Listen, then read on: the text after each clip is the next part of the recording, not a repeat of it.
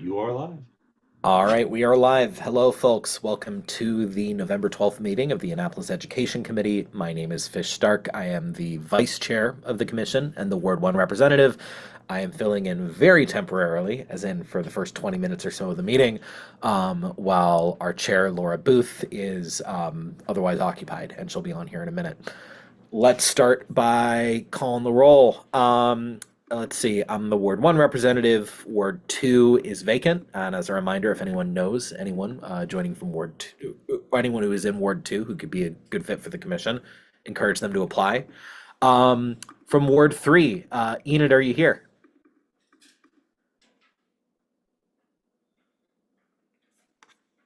Enid? Ms. Yes, Lee? I am. All right. Good to see you. All right. Ward 4 is Tara here. Tara Wells.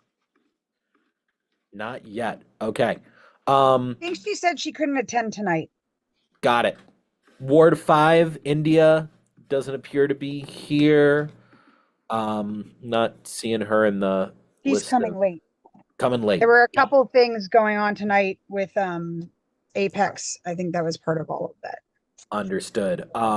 Laura, good to see you. I'm just going to finish calling the roll and then I can hand it off to you if you'd like. No, go ahead. You keep on. I'm still driving, so I'll be Okay. home in a bit. Keep rolling. Okay, Ward 6, Corey, I see you. Can you confirm that you're here? Good evening, everybody. Good evening. And then Laura just joined. Hey, Laura. Jess, you're here. Here. And then we've got our at-large members. Is Samantha here? Not yet. Pam, Yes, I'm here. Good evening. good to see you. Lily Ellis and Grace Matthews. Lily is, just since this is your first time, Lily is also Odessa. We call her Odessa, but There we that's her go. name that she should, right. She's up as, and Samantha's new. This would be her first meeting. She just got sworn in. So, oh no, I missed the last meeting. Maybe that was her first meeting. No, she was at the last meeting. Okay. Yeah. Okay, and Odessa, I do know Odessa. Okay. I was like, what? That name. Okay. So Odessa's not here yet, but we've got I believe we have quorum, right? Because we have wards 1, 3, 6, 7, 8, and an at-large member. Is that quorum? 7. We need 7. Okay, so we are one off. Okay, well, a couple people are coming late, so we'll have that when they arrive. Okay, well, without quorum, we can't approve the minutes, can we? No, I think if we don't have 7, we can't vote on minutes yet. Okay, so we can't approve the minutes. Although folks have seen the agenda, I guess I can ask, is there anything, any comments on the agenda or things people would like to add to the agenda? Dr. Tobin sends her regrets. She is not able to attend, so I did take that off the agenda. So if you share your screen, I can't tell I'm driving, but if you're sharing the screen, that's why she's not on there. And she was on the agenda that I sent out, but she's not going to be able to join us.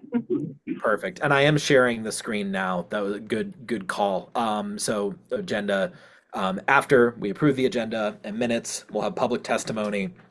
Main business is the discussion about before and after care availability in the Annapolis cluster. I just want to recognize that we have Rosalind Johnson, who's the Director of Recreation and Parks for the City of Annapolis, here to speak to us. And then unfinished business. After that, we'll continue our ongoing discussion about ACPS redistricting. We have 2 public hearings coming up, and then update from New Village Academy, any new business, community announcements, and then we'll adjourn by 8. So that's any other comments or questions about the agenda?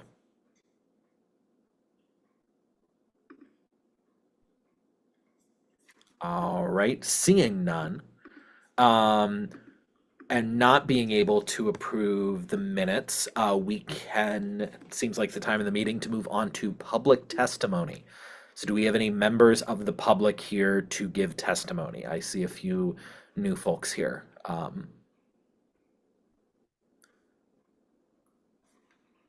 Anyone here to give testimony, you can raise your hand, put it in the chat.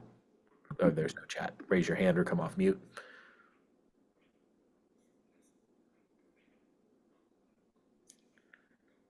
All right, we are going to call that a wrap on public testimony. Um, unless anyone knows of someone who specifically is planning to come and give testimony tonight, we can always loop them in at the end.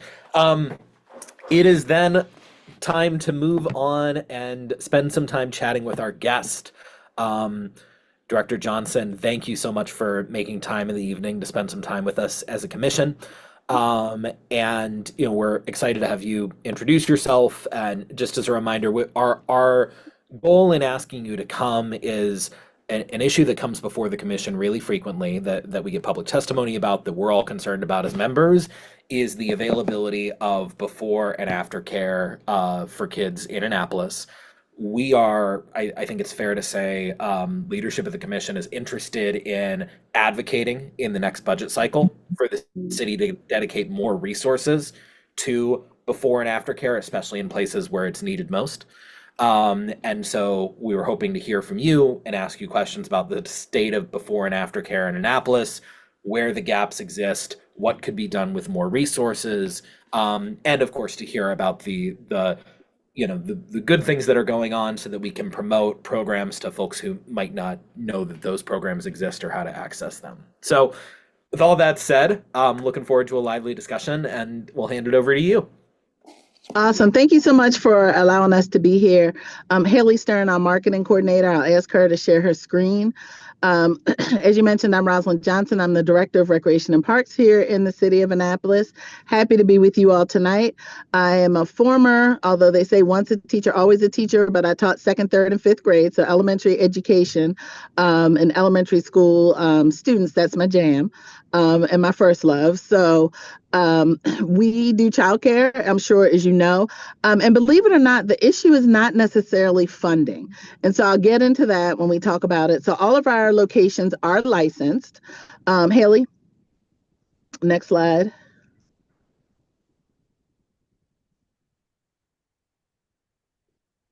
Is my screen stuck or is your? No, sorry. This is my first time doing it on Zoom. Let me go ahead and see. Okay, there we go. Sorry about that. Oh, okay. So, of course, we have childcare for all. We're committed to making childcare accessible for all families. We offer affordable rates, payment vouchers, AM, PM care, and multiple convenient on-site locations. So we'll get into the locations a little bit later. Next slide.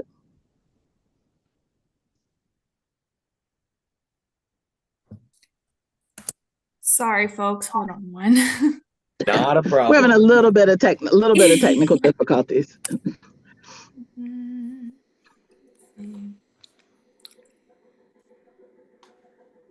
me stop sharing real quick. My goodness gracious. All good. Another option is to send it to me and I can share it and do the clicking when I'm told to. Okay, let me go ahead and share again. Let's do that.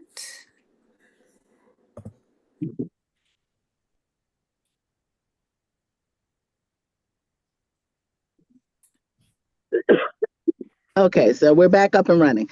So we want to make sure that every student has a fun experience, it's safe, and then enriching experience for our program. So one of the things we've added this year is a physical activity component where the students will actually have healthy physical activities. Every year as a department, we go over our goals. And so one of the goals was to introduce physical activity. We, of course, like everyone else, are finding that our students are very sedentary. And so what can we do to get them up, out, and active? So that's one of the new components to our programs. Haley still having okay. Oh, good. And of course, we provide homework help. Now, some schools ironically don't have homework, but some schools do have homework. So at all the locations where the students have homework, we assist with that. The locations where they don't, I know in the past, Annapolis Elementary hasn't had homework. And so our students who participate at Stanton, we create homework for them. So there is a homework component to all of our after-school programs. And of course, I mentioned the physical health that we've added to all of our locations as well. And STEAM, for us, this is science, technology, engineering, arts, and math. So we have all sorts of STEAM activities that we've added where our teachers have been and directors have been trained as far as STEAM is concerned. And so this is new for us to kind of incorporate this into our programs that we have at all after school locations.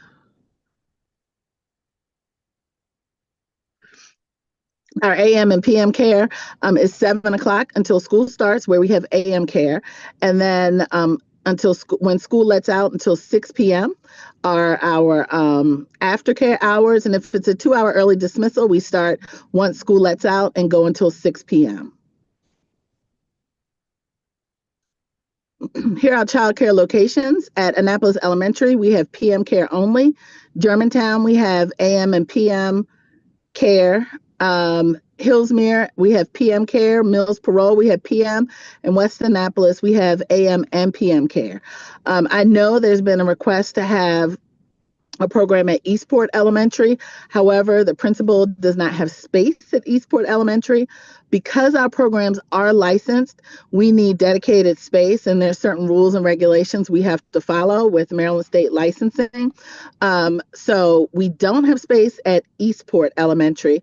We were working out some feasibility to be able to use Georgetown East.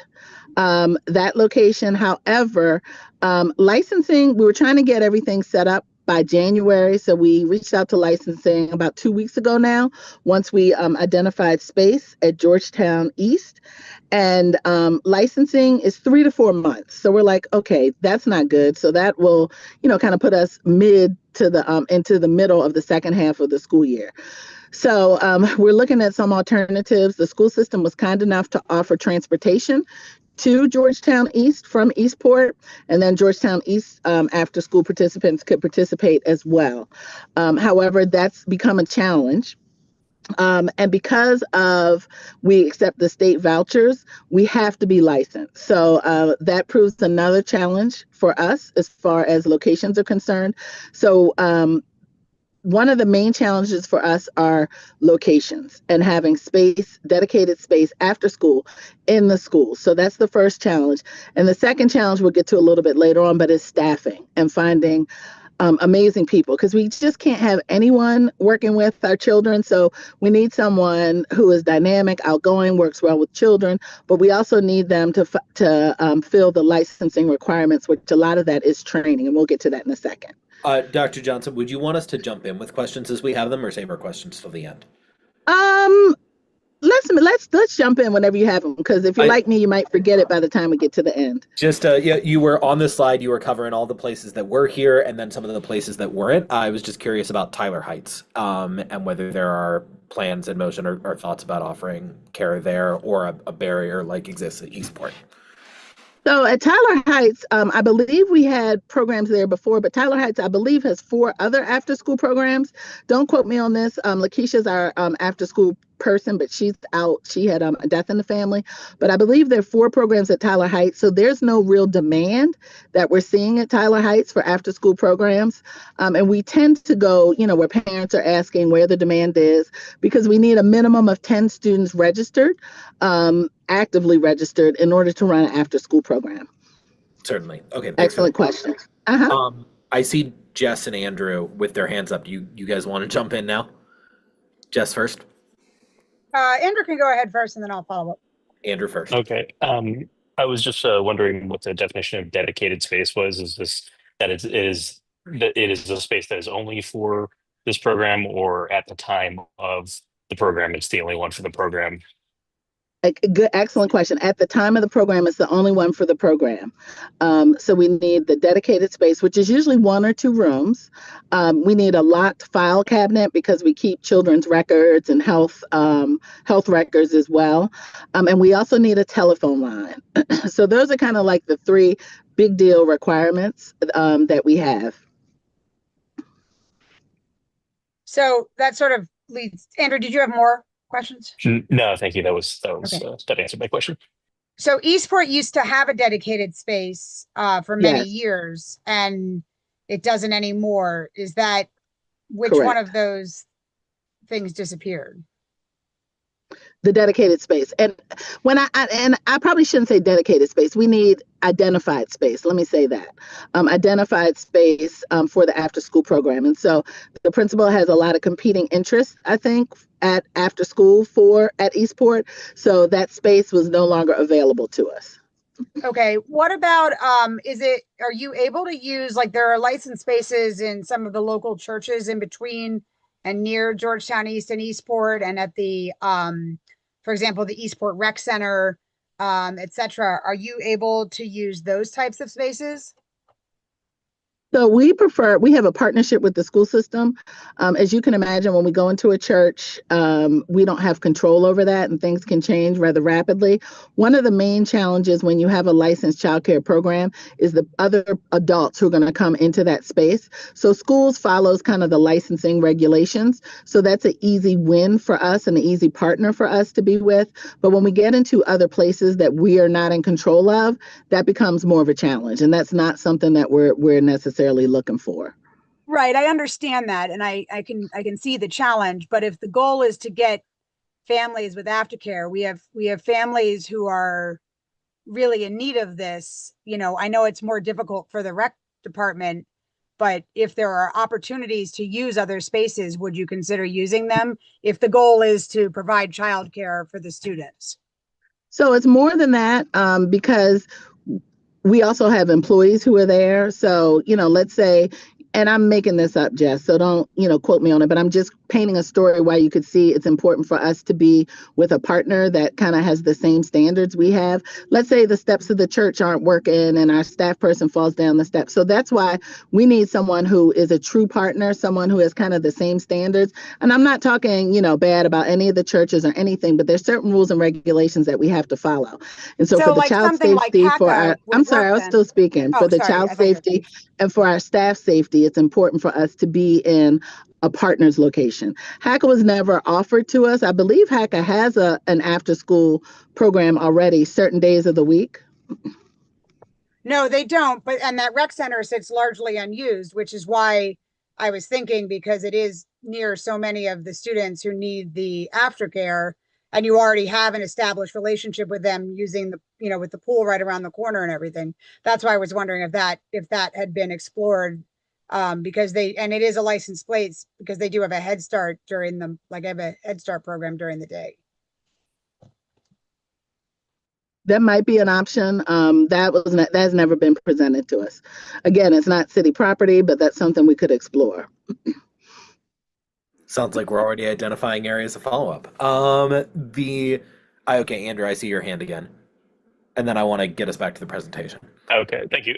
Yeah, no, just to tack onto the rec center point that Jess was raising there.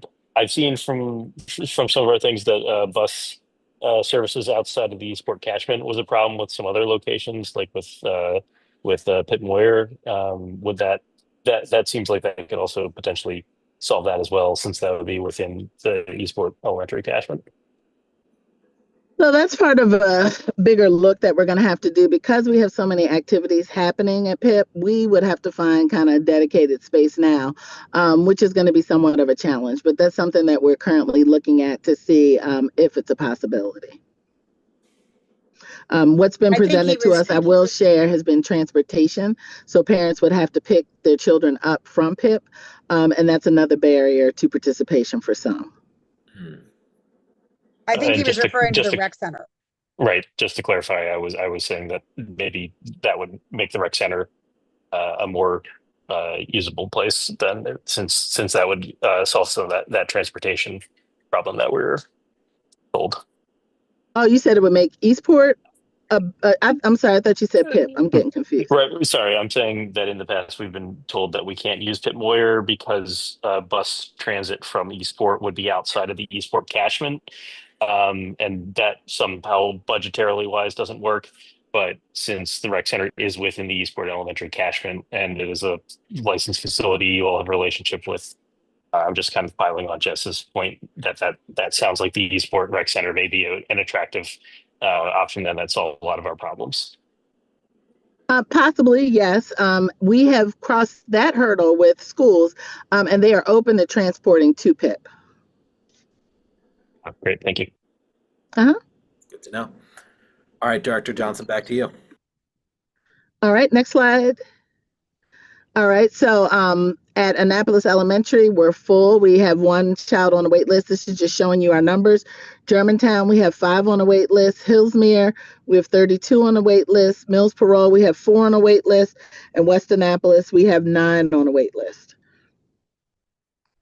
And again, we don't determine the space. Licensing determines how many youth can fit into a certain space, and that determines how many participants we could have in the space.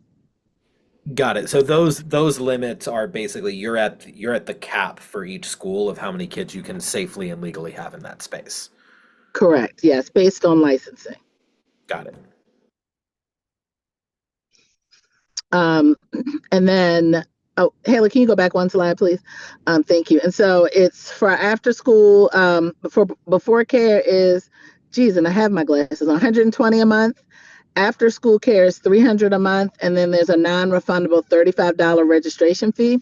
We do take the state vouchers. However, we've been informed that the state is stopping giving their vouchers out. So that poses another challenge to many families. Okay, I heard an echo. I think it's gone now. So that poses a challenge. I will put on the table, there's another option that we haven't fully explored or discussed. This is for licensed after school programs. Now, we do have an option because we are Recreation and Parks. We do not have to be licensed based on COMAR. So that is an option to have an unlicensed program. And so what does that mean when you have an unlicensed program?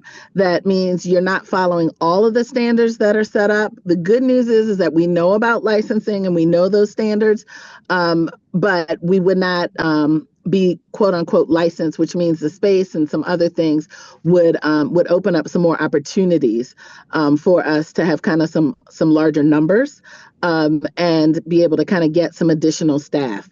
We're going to go to a staffing slide, which kind of shows you some of the challenges a little bit later. Haley. Next slide. Oh, these are about our programs. Next slide. All right, so here's the licensing slide. Here are the forms. All child care is regulated by Maryland State Department of Education. Again, if we were to have a recreation program, we would not have to be licensed by the state. And that's only for recreation programs, but that also means that vouchers would not be able to be accepted. But again, the state is kind of going away from the vouchers. But so that's an option too. And this is our general slide on licensing. Next slide, Haley. Here are the necessary forms, of course, child care registration form, emergency form, the health inventory, the Maryland immunization form, medication administration authorization form. Those are the forms we need in order to operate our after school programs. Here's some resources for parents. And this is our biggest challenge, is finding staff. We are currently negative a staff person. Really, we'd like to have 3 more staff people. So if 2 people call out, then our full-time staff who's not dedicated to the child care program would have to go over and cover for the staff. And as you know, we just can't have anyone show up and kind of cover. So they have to be approved through licensing and have their background checks and all of those things. So the child care director and the child care teacher are what we're hiring for. We are having a major challenge finding people, and it's because of the hours. The hours are roughly 2 to 6. And so, anyone who works a full-time job, they normally get off at 5. So the 2 to 6 doesn't work. We've tried to reach out to the teachers, but, bless the teachers. By the time school is over, they're fatigued and they're ready to go home. So it's kind of a niche market. Additionally, there are 40 to 60 hours worth of training that the child care instructor has to have. 90 hours for the child care teacher, and 45 in child development and 45 in curriculum for the the for the child care director, 400 hours under supervision with children in the age group that they're applying to work for. So very strict requirements. You can't, unfortunately, just kind of walk in off the street and become a child care director or a child care teacher. So you're talking, we pay anywhere from $20 to $15 an hour. And these are the requirements that someone has to have: 400 hours of supervision with children, which is sometimes a barrier to employment for many people who are interested. Who sets these requirements? The Maryland State Department of, I believe it's the licensing group sets the requirements. Let me just say that. Got it. Okay. Because I'm thinking, based on these requirements, a lot of us on this call couldn't work in the after-school program. You're correct. Yes. That feels like a miss to me. But that's not something you have control over. I'm just trying. No to control over it. And I mean, I get it, because you don't want just anyone working with children. So I get that too. So it's a healthy balance. Can I Right. ask what the salary is or the rate? It's $15 to $20 depending on experience and what the position is. And is that standard for the industry? I mean, that's what my son makes working at the the ice rink. So, and he doesn't have to have all those qualifications. Sorry, Jess, I missed your question. You said, is that Good. Is that like industry standard, or is that something that, we need to encourage the city to put more budgeting into paying more for that? I mean, what I said is my son works at the ice rink and he's getting paid that, and he doesn't have to have any qualifications, Correct. and those qualifications cost money. So Absolutely. One of the things that we've changed, it used to be before I got here, we did not pay for training. So we now pay for training. So not only did you have to have this training, but you had to get it on your own time. So, there are challenges all over because we're looking at compression, because minimum wage has gone up so much. It's kind of compressed other positions. We have to look at our full-time positions too, because, $20 an hour is more than some of our full-time positions make. So it's a balancing act. I'm going to be honest, but I think, we're not the only people who are having this challenge. Pam? Yes. When you were talking about licensing versus non-licensing, what would be the benefit and what would be the detriment to not being licensed? So forgive me, I don't have a pros and cons. Of course, you wouldn't say your program is licensed. You wouldn't be able to get the state vouchers, which are going away anyway. It would be more of a recreation-centered program. And that would be a discussion we'd have to have with the school system, because currently all of our programs that are in the school system are licensed. So that would be something we'd have to really kind of look into. The parents would not be able to tell any of that. Someone's been working with children for 400 hours versus not 400 hours. How can you tell that if you hire a great staff person? We, of course, would do internal trainings. Some of the trainings that they have to do through licensing aren't necessarily a best fit for us in the city of Annapolis or for recreation and parks. And I'm not minimizing licensing, don't get me wrong. But, we have a problem. How can we solve that problem and still have a high quality experience for parents and for the children that we're serving? Would not being licensed impact the health and the welfare of the children in the program? No, you have many recreation and parks departments around the state that aren't licensing their after-school programs. Most rec centers have after-school programs. Most of them are not licensed. Some of them are, don't get me wrong, but a lot of them are not licensed. And it's because of these requirements that they have. Thank you. You're welcome. All right, I see Laura's hand up next. Also, Laura, I'm going to give chairing the meeting back to you now. Yep, you're doing a fine job. Sorry, I apologize. I was actually out at Studio 39 tonight, enjoying the artwork from some of our student artists. As always, I Nice. walked out of there feeling inspired and kind of blown away by how talented these kids are. So I apologize for being late. But I just wanted to ask, and I may have missed what you talked about. You said something about the vouchers going away. You know, for a lot of our Title I schools, you know, we are dealing with, you know, 90% of the students, 90% of the students there are free and reduced, qualify for free and reduced meals. So how are if the vouchers are going away, is there something in place to take, you know, to replace that, or are these families just out of luck? So that's not my area of expertise. I wouldn't even want to begin to speak on it. I don't know. I'm just telling you kind of what we've been told. My understanding is maybe some people have been grandfathered in and they, you know, if you have a voucher, you can still get it. They're not offering any new vouchers. I've heard different stories. Huh. All right. Because I mean, that seems like a humongous barrier right away to the vast majority of students in our cluster. Thank you. Laura, Well, I there can- are, the schools do have, oh, did someone want to speak on it that they know about it? Sorry. Yeah, it's a program freeze. So we ran out of budget. The state of Maryland ran out of budget because more students have applied than anticipated. So in 2023, there were 21,000 children in the program, and there were 45,000 in January of 2025. So it reached max. So it's not being canceled. It's just on a program freeze. And so new enrollments, a frozen status list called a wait list is being created. And the list includes all families who meet eligibility and are approved but can't be awarded a scholarship due to limited funding. When the freeze is lifted, then scholarships will be issued to families on the list. So it's not a forever going away. It's just a freeze due to lack of budgeting, lack of available budget.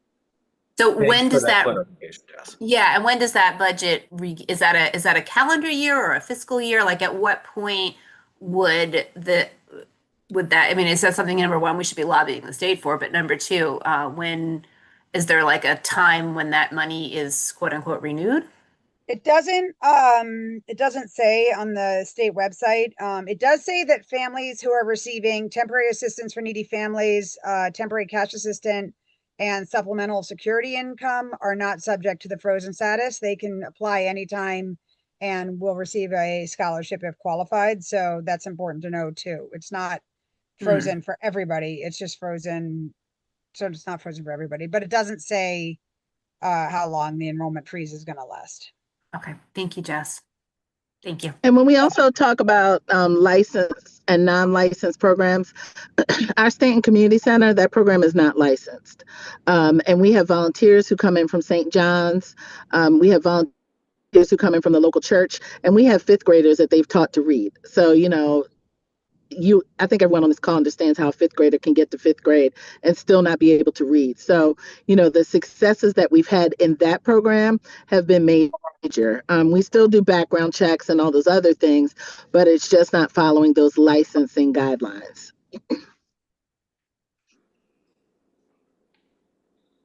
Makes sense.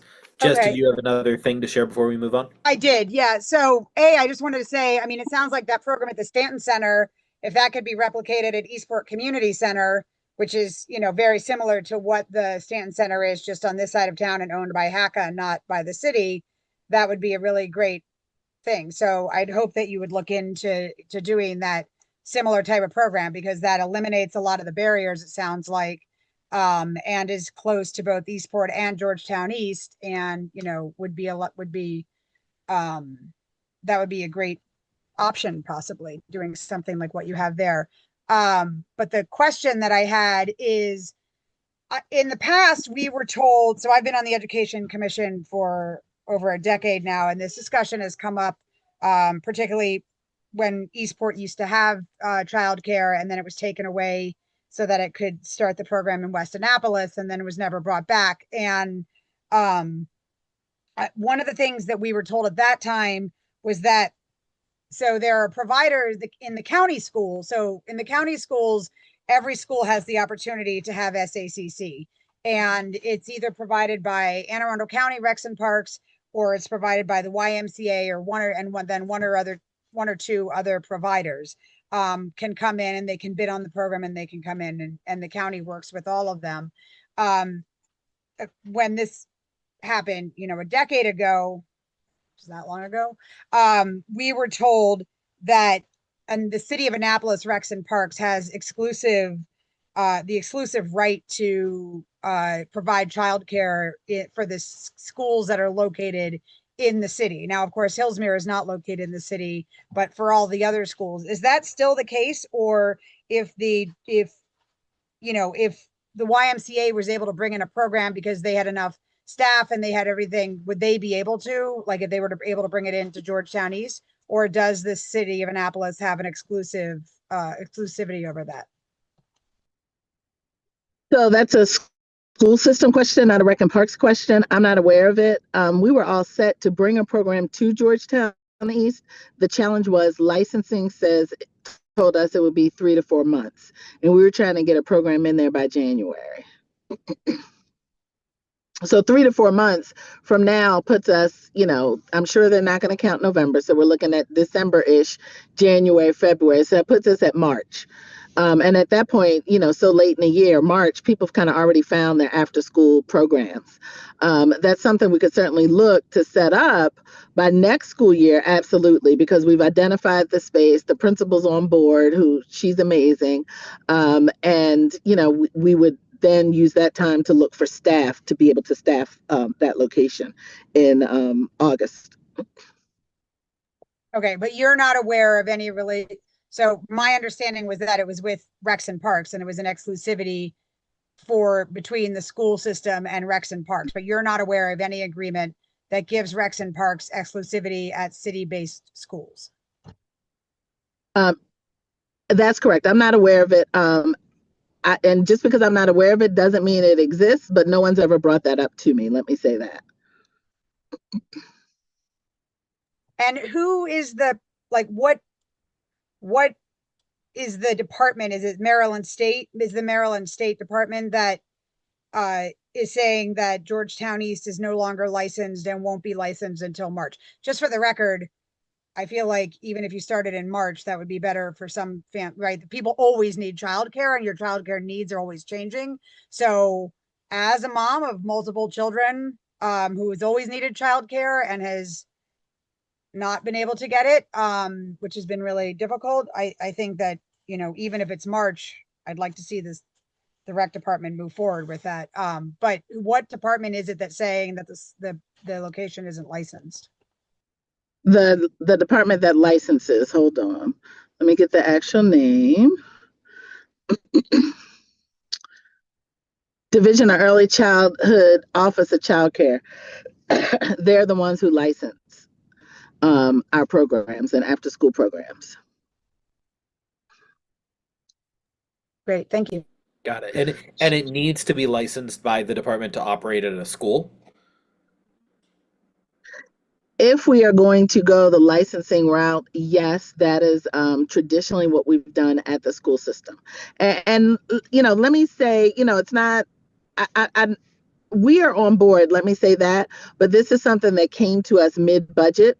And so Alderman Schandelmeyer is working on getting a budget addition because we're not budgeted for this. We're not budgeted for the teachers. We're not budgeted for kind of the supplies and all those other things. So he's working on getting that done and making sure that's done. So that's part of the challenge. The good thing is that we're having this conversation now, which is before our budget process begins, so that we can start to put things in the budget for this upcoming school year. So that will, kind of make this process a little bit easier. So it's not just, Rec and Parks, go here and do this. It's okay, well, hold on, because it takes us a little while because we're not kind of stopping our other work while we're trying to get this set up. And the main thing is finding qualified people. We could have all the fanciest whatevers, but unless we have amazing people to work with children, then we're not going to be successful in any of this. So that's why we put the QR code here. If anyone's interested who's looking, or if you all took a screenshot and you can send it to some people who are amazing, that would be a great help. Got it. Sorry, I just have one more question. Would you be able to open it in January unlicensed until the licensing came through? Like have an unlicensed, the vouchers don't matter anyway because they're not available right now. Would you be able to open a temporary unlicensed program at Georgetown East to meet the need that Georgetown East and Eastport have while you work on getting the licensing? That's not something the principal was open to. We'd have to check with licensing to see, because I don't know if you can go from unlicensed to licensed. I'm not sure about that. And then again, we have 0 staff people. The main problem and challenge is going to be the staff people. Got it. But if it wasn't licensed, then you would be able to sort of relax the qualifications to anyone the staff thought was a qualified, a decently qualified hire. Potentially, It sounds like you couldn't and wouldn't want to do it without the consent of the principal who wants it to be licensed. So that's Oh, absolutely. We're a partner, and we understand their reasons for wanting it to be licensed. cool. I think this is just helping us understand where we as citizen advocates can go and be the squeaky wheel in ways that department staff may not be able to. Laura, back to you. And let me be fully transparent, because Ms. Boberg, her challenge was that she wants her children to be eligible, and so children who have vouchers would not be eligible for a non-licensed program. Mm-hmm. So I do want to share that. Got it.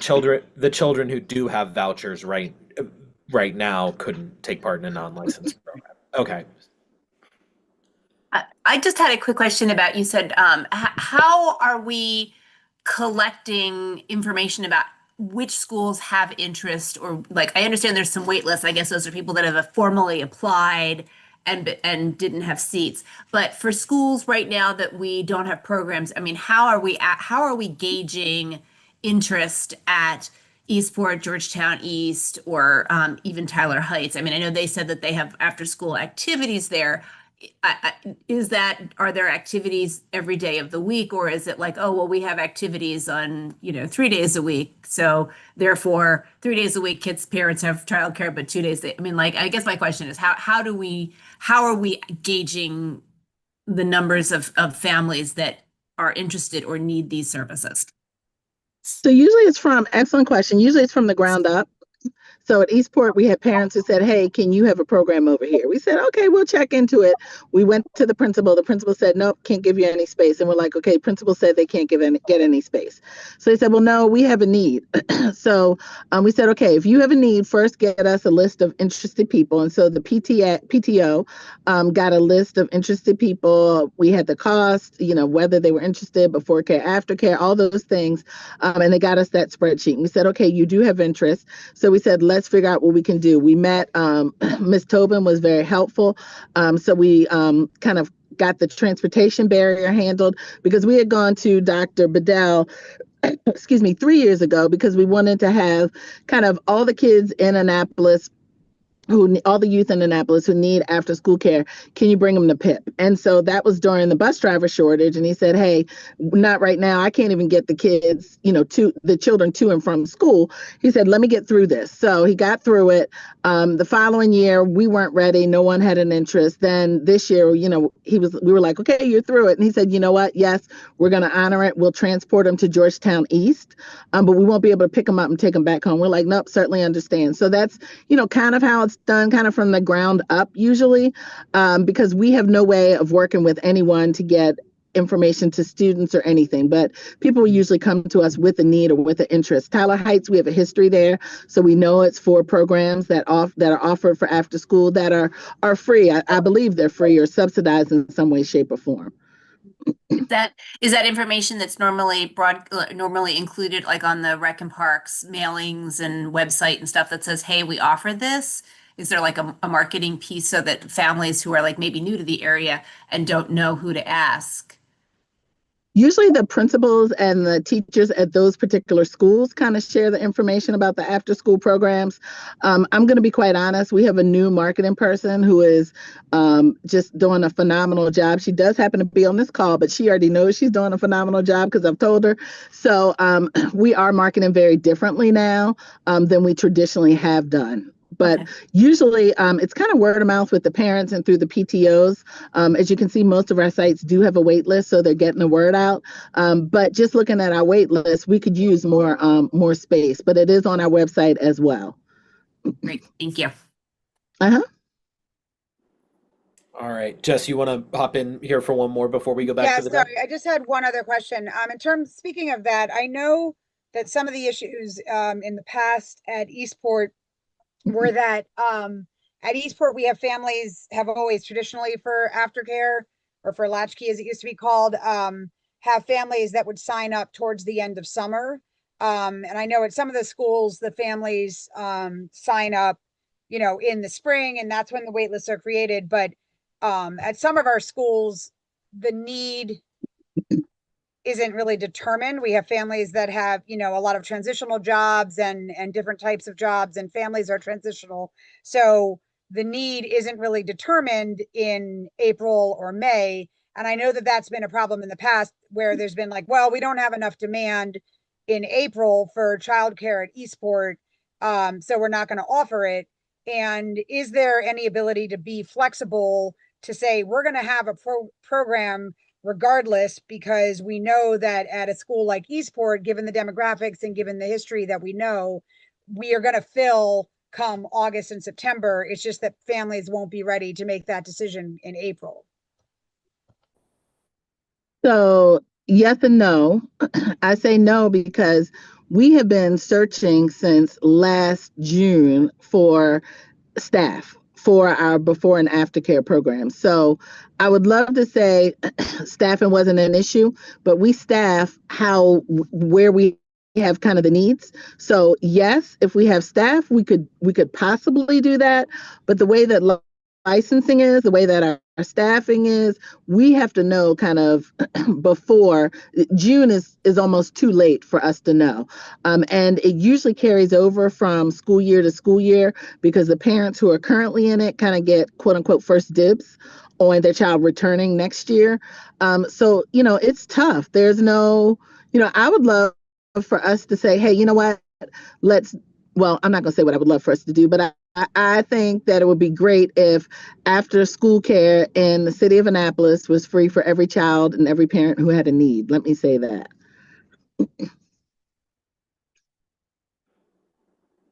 All right, let's keep rolling with the deck. I know we got a lot of good questions in there. Now hiring. So this is kind of where we are with our hiring. Okay, yeah. So it's 15 to 20 hours. It's a 30 hours a week position for the most part. We've tried, and this is really kind of, we're looking for some unicorns because 30 hours a week, it's someone who doesn't want full time, but the hours aren't really conducive to, kind of working around some things. So we've also had our childcare staff participate in our special events. For example, today we had Kids Day and we had our childcare staff kind of working that event too, trying to, kind of work it out for people. And I say it's a unicorn because our staffing also, a lot of them don't want to be full-time. We've offered them some full-time positions. They're like, nope, I want to do exactly this and this is all I want to do. And they are perfect and they're amazing. But we're looking for that kind of needle in a haystack, that unicorn person, which is tough.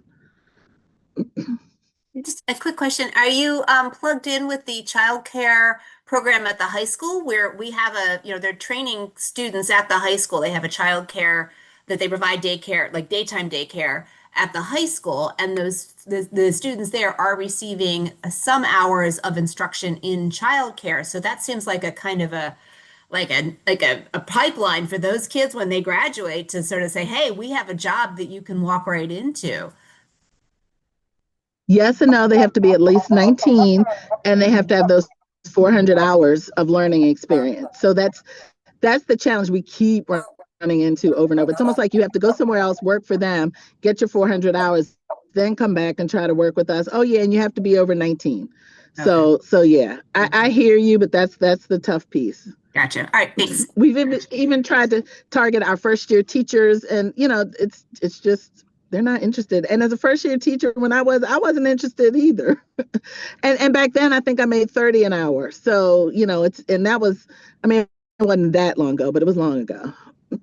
But there's also programs at the community college, and could you have assistants that could come in and help? What do you mean assistants that come in and help? Like the people like Laura was talking about. You have all these students at Annapolis High School and also in the community college who are literally working to work in this industry. it seems like there has to be some way that you could use that to benefit both the need here and also what they need, because they need on the job training. So, you know, like a TA basically. We cannot, licensing won't let us have TAs because of the 400 hour minimum. I hear what you're saying. I mean, I was I forgot what I called my learning practicum, but yes, a student teacher. But we can't, that's not something that will pass our licensing kind of rules and regulations, unfortunately. And then I think they're, as long as they're over 19, that's the first hurdle. And I don't know if that's because of the background check, because you have at least a track record of being an adult at that point. I'm not sure the kind of rationale behind it. Got it. I mean, so it sounds like there would be openness to that programmatically, like having some of these assistants with a little less experience. And the challenge is the state licensing regulations, which are set, and which maybe unlocks a potential advocacy quest for us as AEC members. Yes, Enid.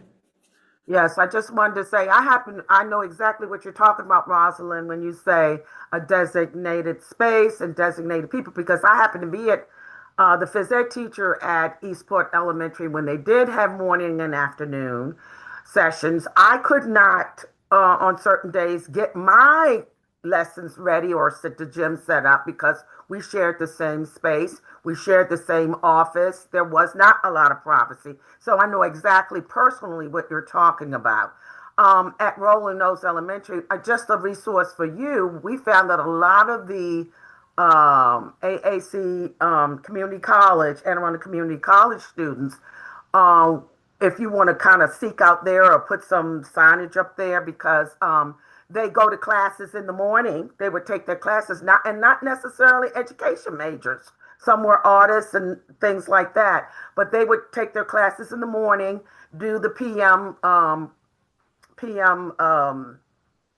of your services at a particular school, and then that would leave them the rest of the day to do their homework or whatever they had to do. And they did this at another school? Yes. Where I worked, a lot of them were college students. Yeah. And what school was this? That was at Rolling Knolls. Okay, maybe we could ask that person because based on our list, they have to have that 400 hours of experience first. Mm-hmm. So we will certainly look into that. Absolutely. Okay. And I think that they had a county program instead of the city program. So I think the state regulations are the same. They are, yep. Yeah. Okay. Just a resource, maybe. Thank you. All right. So it looks like we're at the end of the presentation. So I've got a question, a general question. It sounds like one of the biggest, sort of the highest leverage things that can be, that is causing a problem is staff availability, which is finding teachers who meet these requirements, which is something that with our networks, that's what this group should be helping with.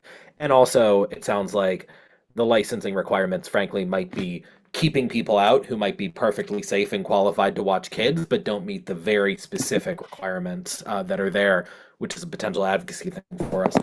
Other than staffing, are there any other barriers to offering childcare to those, few dozen kids who are on the wait list that could be solved by funding, policy changes, or availability of space that we can make ourselves aware of? I'm not aware of them. I think you hit them: funding, availability of space, of course, resource and staffing. I think that's pretty much it. We've, and we do ask a lot of our teachers, the ones that are working in our aftercare program.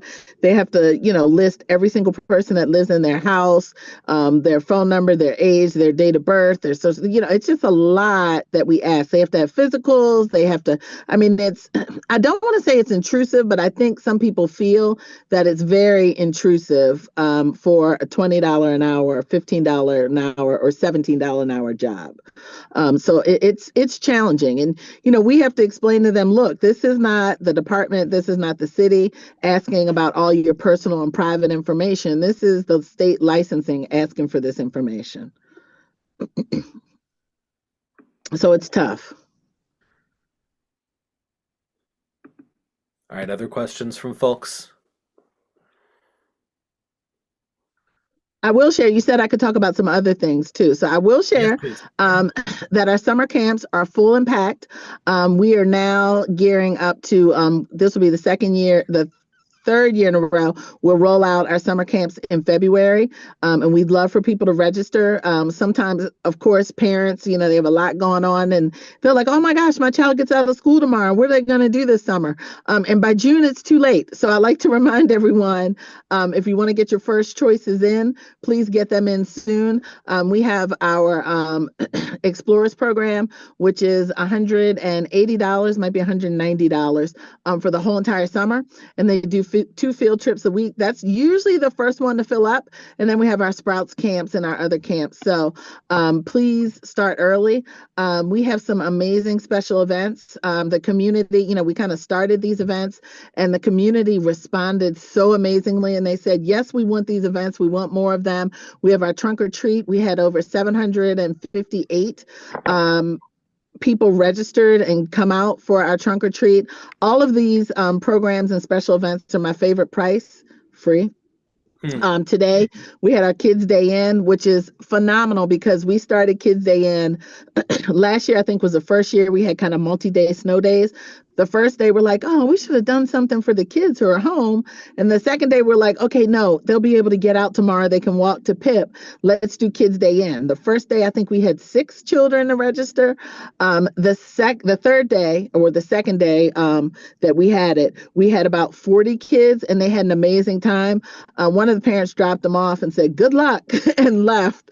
So I think everyone was kind of going stir crazy at that time. But today we had our Kids Day In. We planned it for a day that children were out of school, and we had over 160 people register for our Kids Day In, and we had about 147, I think, show up or somewhere along those lines from 10 to 2. So we have all sorts of activities. We have our teen night that's coming up. Haley, when's teen night, please? I forget. Teen night is next Friday from 7 to 11, Friday, November 21st. And it's our favorite price again, free. We're trying to remove all barriers. It's at PIP. We have Pocket, which is a local children's go-go band. We have all sorts of activities that are happening. We love to have food for the kids, so we'll have food. We have esports gaming. We have all sorts of things that are happening next Friday. So we hope that everyone can come out and participate. Damn, I want to come. Well, if we have people who want to volunteer, let us know ahead of time because we can do your background check, and then you're welcome to come and volunteer as well. Okay, that's awesome to hear. If folks are background checked already through the school system, like if we've been fingerprinted, is that good enough? Can we show you our card or you need a separate one? Unfortunately, it's not, because let's say somebody goes out and does something crazy, they'll let the school system know, but won't let us know because we don't have you on record. So, but our background check is kind of like a volunteer background check, and we usually get those results back in about 24 to 48 hours. So it doesn't take a long time. You can do it online. We don't roll your fingerprints, but they know exactly who you are. Thank you. Sure. Any other questions? I was just wondering if you go back to the screen with where you shows your hiring. I wanted to take a screenshot of that to share. Sure. Haley, can you go back there? In fact, would you mind sending out the whole deck to the commission just so we can look at it? Absolutely. Fish, if I send it to you, can you make sure everyone gets it? Because I know we have your email. Okay. Absolutely. I'll get it out to everyone. Awesome.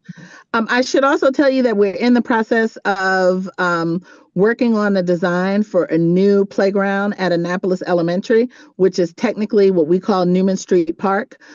This is going to be one of the most amazing playgrounds that we have in the city of Annapolis. It is going to be a universally accessible destination imagination playground. And so I hate the term universally accessible, but it's a term that everyone uses, and it's to try to be able to accommodate as many disabilities as possible. And of course, there's nothing that accommodates all, but some of the things that we're looking at having, first of all, to be the rubberized playground surface, which is pour in place. So no more of the mulch that will run down the hill when it rains, and no more mud or anything like that. We are accommodating the upper and the lower area. I know Annapolis Elementary's just switched principals, but the previous principal said, oh, she would replace the basketball court on one of those back areas. So we do have to circle back on that, because I know the children from Clay Street come down and use that basketball court. But the theme will be a nautical theme. We will have wheelchair accessible kind of slides and rides. There's a tilt around that, you can roll your wheelchair in. You can twist it or turn it with your other friends. So it's very inclusive. We even have, we're working on an autism kind of nest. So if you're neurodivergent and kind of overstimulation is a challenge for you, it's a little kind of nest that you could sit in, and there are little fidgets and playthings inside of it. So we're looking at some fitness areas to put some fitness pieces in for youth, for teachers, or for parents while their children are playing. So this will probably be one of the biggest playgrounds in the city of Annapolis. So we're super excited, and we're working with a lot of partners to be able to a lot of playgrounds to see who will present the best playground. So we're narrowed it down to 2 now, and then we're going to be making a decision shortly. So we're super excited about this. When do you expect to begin breaking ground? And as soon as we decide, we're going to be looking at breaking ground as soon as the weather will allow us. So at the end of the frozen season, I won't say winter, because the pour in place, they have to start that kind of when the temperature, I think, is above 40 degrees. So they're going to do all the prep work and all those things.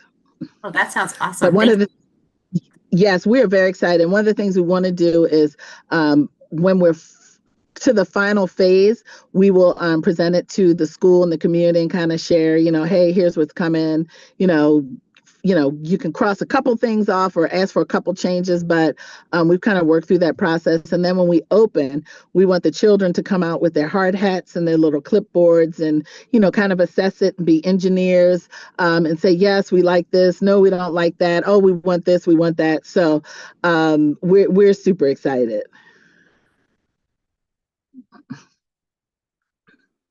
Jess? Yep, I just wanted to, I was doing some research and while listening, and realized that it says that right here, it's 400 hours or a year of college. So that might open up, and that probably speaks to that's how the school, thank you, Enid was talking to. So as long as you have a year of college, then you don't have to have the 400 hours. So I think maybe we need to make sure that that's really emphasized and known, because that 400 hours definitely can be, overwhelming, but a year of college is a different thing. And we have a lot of people who take a year off of college. I mean, have been taking time off from college and different things. So we might be able to increase the availability of employees with that information. And it can also be a combination of coursework and hours. So if that was, would they Thank you still so need much. those clock hours in child development and curriculum? They still need the 45 and the 45 though, or the 90 total, yes. But the 400, thank you, Jess. Again, I'm pitch hitting for Lakeisha, who is not here, and I haven't been able to talk to. So they can do credit hours, sorry, too. Yes, or 6 credit hour. Okay, so that's definitely an easier way to slice it. Well, the credit hours, and I only know this because we've gotten dinged by licensing, the credit hours have to be in certain things. So they can't do like credit hours in auto mechanic, being a little bit extreme here, but it has to tie into what licensing already has on the list. Yep.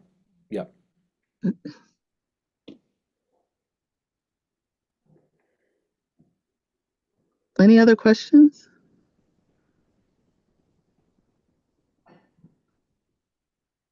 Thank you so much for having us. We would love for this to be an annual thing, for us to be able to kind of come and share with you all. It would be great if we could do it kind of the July, August timeframe. I don't know if you all meet then, so it would be kind of like the kickoff to school and what we have going on for the school year. or towards the end of the school year when you're winding down, so we could share about the summer kickoff. So we would be happy to come back and present whenever you see fit. Yeah. But I feel like we're going to be meeting on after school programming. So I'm sorry, what were you saying? I was just saying thank you so much for offering. I think that's an excellent idea. Thank you. Dr. Johnson, could you share your contact information with us? Sure, and thank you for the upgrade, but I'm not a doctor. Oh. No worries, it's okay. I play one on TV sometimes. No, I'm joking. Sure. My contact information is RJ Johnson, it's 2 J's, at annapolis.gov. Again, RJ Johnson at annapolis.gov. Or you can reach me at PIP if you call. It's easier really to email me. I'm really good about responding to email because I'm usually in meetings or out of the office. But my number at PIP is 410-263-7958. And it's also the number to PIP, the front desk. Michelle Cross is my office manager. And if you need to speak to her to get me a message, or you want to email me or leave a message for me, I'll be happy to call you back. Thank you. And I'll send out that contact information also along with the deck, so we all have it if anyone didn't write it down. Yes, Fish, I Thank just you. actually sent that to you, so please feel free to share that with the commission. Thank you, Haley. I'll do that. You're welcome. This was really helpful. Thank you so much. You're welcome. Thank you all. All righty. Laura, over to you for returning business. All right. I'm officially relinquishing my time. Fair enough. Fair enough. Thank you for handling it in my absence. I appreciate that. Happy to. All right. So let's see. Unfinished business. Top of the list was redistricting, which has been most of what was originally proposed for our cluster has been officially removed from the list of possibilities. So we can sort of cautiously exhale. They removed the option to move Mills Parole. They removed the option to move Apex, although we were told that Apex could be moved in the future by the superintendent because it is a programming choice rather than a redistricting issue. So it could conceivably be moved at some point in the future, but what I was told by Dana Schallheim was that for the foreseeable future, there is no plan to move Apex. And then the plans for Eastport and Georgetown East and Hillsmere have been removed as well. Jess, was there anything left in there the Davidsonville, moving students from Graysonville into the Annapolis cluster was also removed. Was there anything else left in there for our cluster? Sorry, I'm having a...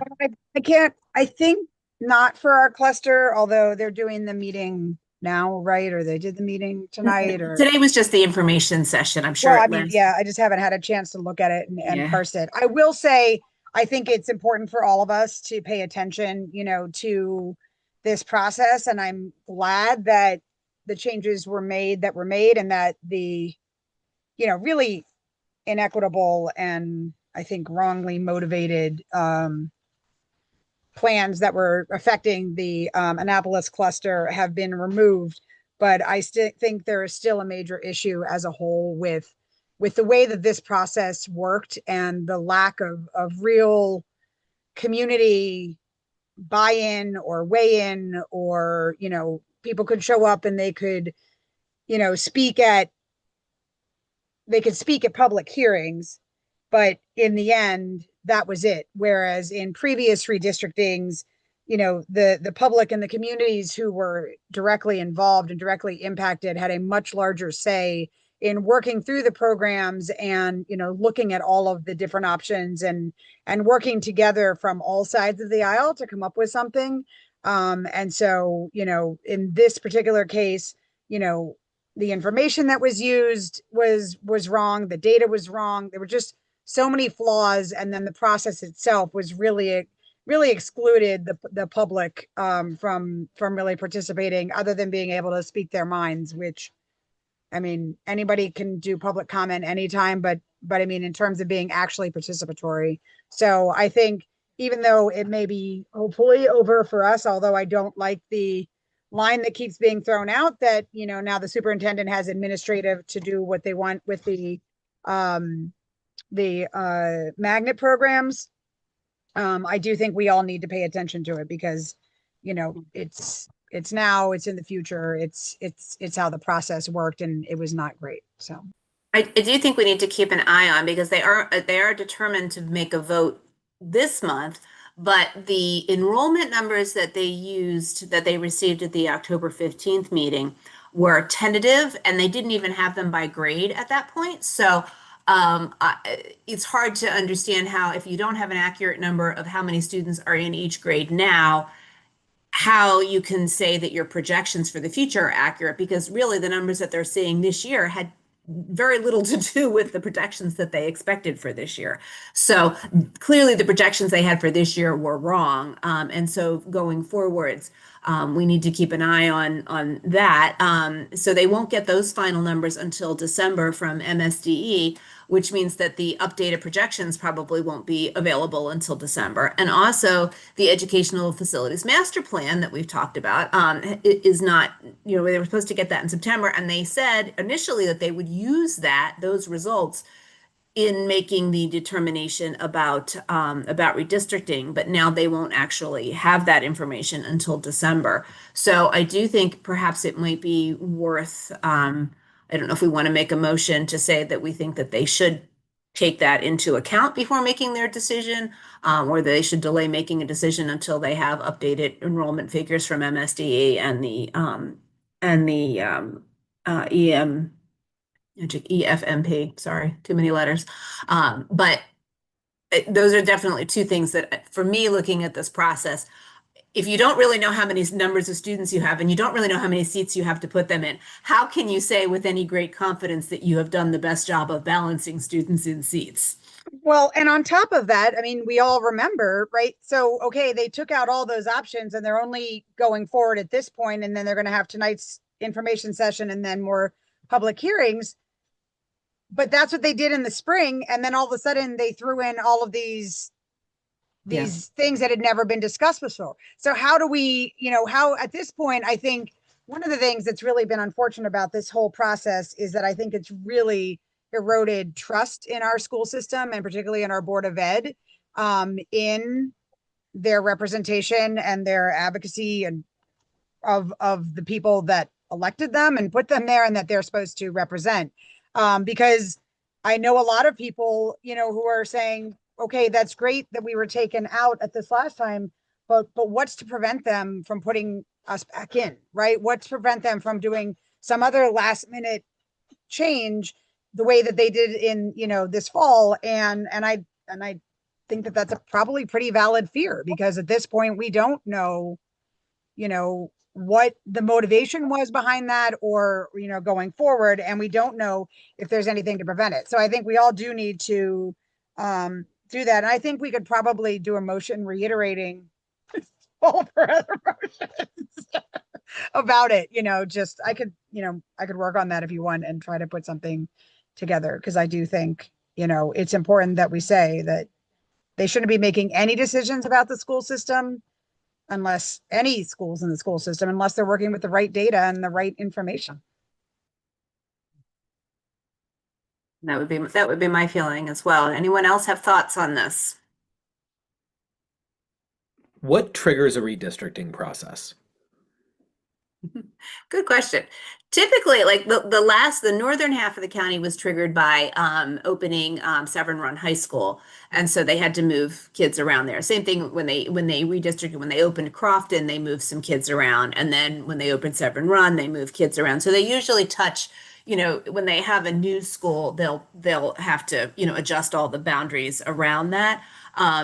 Then when they were talking about Severn Run, the conversation came up that they had not ever done a full county, like the whole system. So they decided at that point that they should do the northern half of the county for Severn Run, and then should do the bottom half to alleviate some of the boundary issues or the overcrowding issues for parts of the southern half of the county. And then it resulted in basically no changes to the southern half of the Well, community.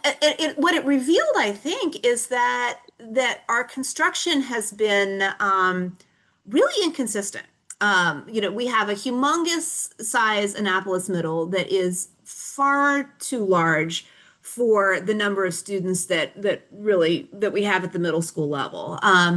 But we have like at Georgetown East, for example. I just want to say to that point, a large portion of Annapolis Middle is now taken up by offices. Yeah. So that phrase isn't even that isn't actually even true. I don't understand, because I know there was a great discussion about the school performance offices that they put at Crofton. And so there was a big discussion early on in redistricting saying that they could not count the space at Crofton that was built to accommodate the Office of School Performance, like it has a separate entrance or a separate area. And so they said they could not use that for SRC when they were considering the SRC numbers for Crofton, because the Crofton parents were saying, wait a minute, you've got all these offices here. Why can't we use them for classrooms instead of redistricting kids out? And the school system said, oh, no. You cannot use that space because it was built to be offices, and so it is not included in the SRC. But we have the Office of School Performance at Annapolis Middle, and I have yet to figure out or had confirmed that whether or not those offices if that space is part of the SRC or not. Because if it doesn't seem like it should go one either way or the other. If we're not counting any of the offices of school performance for SRC, then if we're not counting it at Crofton, we shouldn't be counting it at Annapolis Middle. But I don't understand I don't know whether or not they are. Specifically in this and previous redistrictings, they have, when there's a school like Georgetown East, which has a lower capacity or lower enrollment, they have used adding office space to that to change the SRC so that the number would be different, right? Because instead of buying a new building or something, that has specifically been a part of past redistricting. So again, this is why waiting for the strategic facilities plan to come out is so important, because all of those offices being in there is new since 2015. The middle school sports program being in Annapolis Middle School is new since last year, right? Like there's all these things. And as a parent of 2 kids at Annapolis Middle School, I can tell you it is not an overcrowded space. I mean, an undercrowded space. Like it is not a giant building with tons of extra space. It is just not. So, well, they've been saying that about Georgetown East for years. And I know when my daughter was there, when, they have ECI. Now, ECI is still located at Georgetown East, you said. Right, but they also had the ED program when she was there. Yeah, so they did. I mean, and that's been moved.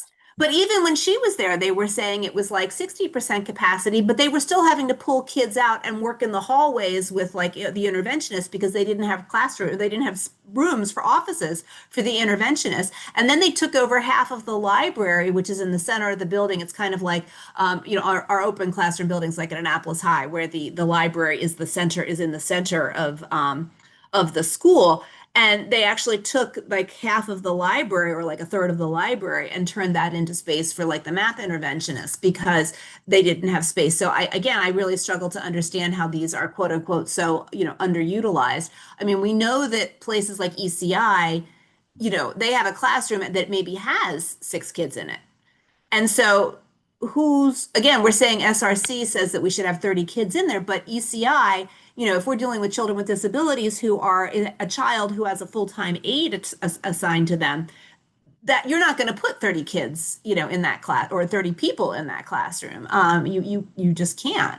So I don't understand how those numbers are really calculated. The frustration I have with Georgetown East is one of the conversations they had during this redistricting process was that Georgetown East is so low utilized that maybe they should close it. And there was a little bit of discussion about that when Joanna proposed her amendment. Georgetown East, when my daughter was there, they built a big addition off the one side, even though it was already a low utilization building, because they wanted to house all of the pre-K from Tyler Heights while Tyler Heights was being constructed. So they built this big addition off of there that added, I think, 5 or 6 classrooms down the one side of the building. And so now surprisingly, when you add space to a building that's already underutilized, it grows more underutilized. And yet everyone seems sort of surprised that this has happened. And I know we've talked about this a lot. It seems like the obvious answer there is because we know we need more pre-K slots in the county Yes. cluster to try and get them. Yes. And I did get some numbers for pre-K. I had asked Bob Mosier for numbers for pre-K waitlists, and they were very, very low, which does not really jibe with what we are getting from, I know we were told Hillsmere had like 30 kids on their wait list, and the numbers that he gave me were very, very small. So I think we need to do a little bit more investigation into what exactly, like how are we counting how are we counting students on the wait list? Because I think, let me see if I can find those numbers. Sorry, I should have had that up. But I think he just gave you people that are on the wait list right now, as opposed yes. to the number of people who applied and didn't get accepted. Right? Right. Well, yeah, but even so, that's assuming that a parent actually called and said, take my name off the wait list. Or maybe they have to opt into the wait list. Possibly. That's possibly as well.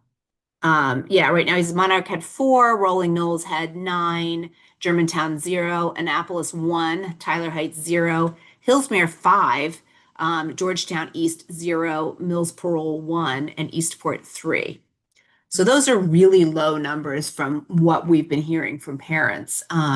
So I think we need to do a little bit more investigation into that and find out why the school system seems to think that we're accommodating everyone, and the parents are saying that no, they're not. Yeah. And it may be that there are parents who understand that there are not slots available and that they're going to be put on a wait list and then just aren't bothering to go and sign themselves up for the wait list, which gives a diminished understanding of the need. Which was actually my same concern about the childcare too. The same thing. If you know that there aren't childcare slots, that you may be like, okay, I'm not going to even put my name on a list for it. And so that could lead to us underestimating the number of the need for child. So the city says, oh, well, we only have 2 parents that applied that we couldn't accommodate. So that's not that many kids. And the need may actually be much greater than that.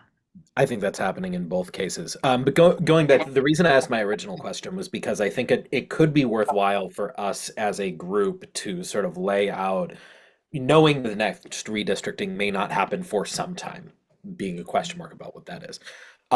So a set of like, here is the ideal community engagement process we would want to see. And have that there as something that we can at least, we can say to people, we told you that this was what we expected well before this plan was put in place, or well before the redistricting was triggered. And so if you're not engaging people in this way, why? And, not give people the ability to hide under the excuse of, oh, well, the process started and then we got all these complaints and it was hard to accommodate them in real time.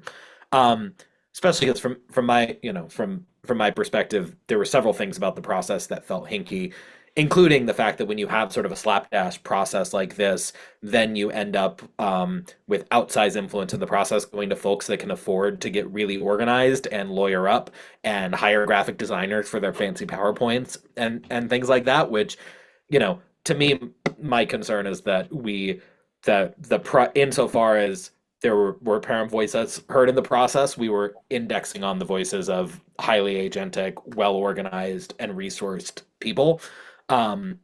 Which is not going to be an equitable process. Agreed. And I'm sure that was no one's intention, but if we line up a process for what good community engagement looks like beforehand, we can not swing in that direction. Yeah. Oh, Romy's here. Oh, yay. All right. Hi. Hello. I guess I was not fully in before. I'm so sorry that I'm late. No, actually, your timing is perfect. Did we have any other comment on redistricting before we move on to our update from New Village? Mm-hmm. I want to hear about New Village. All right. Then your timing is perfect, Romy. Let's hear, because you've got good news to share, and we are excited to hear it. We do. It's so exciting. Yeah. So we hopefully people sort of got the word that I think the AACPS had set a deadline of October 24th for us to have a signed lease and a fully executed loan.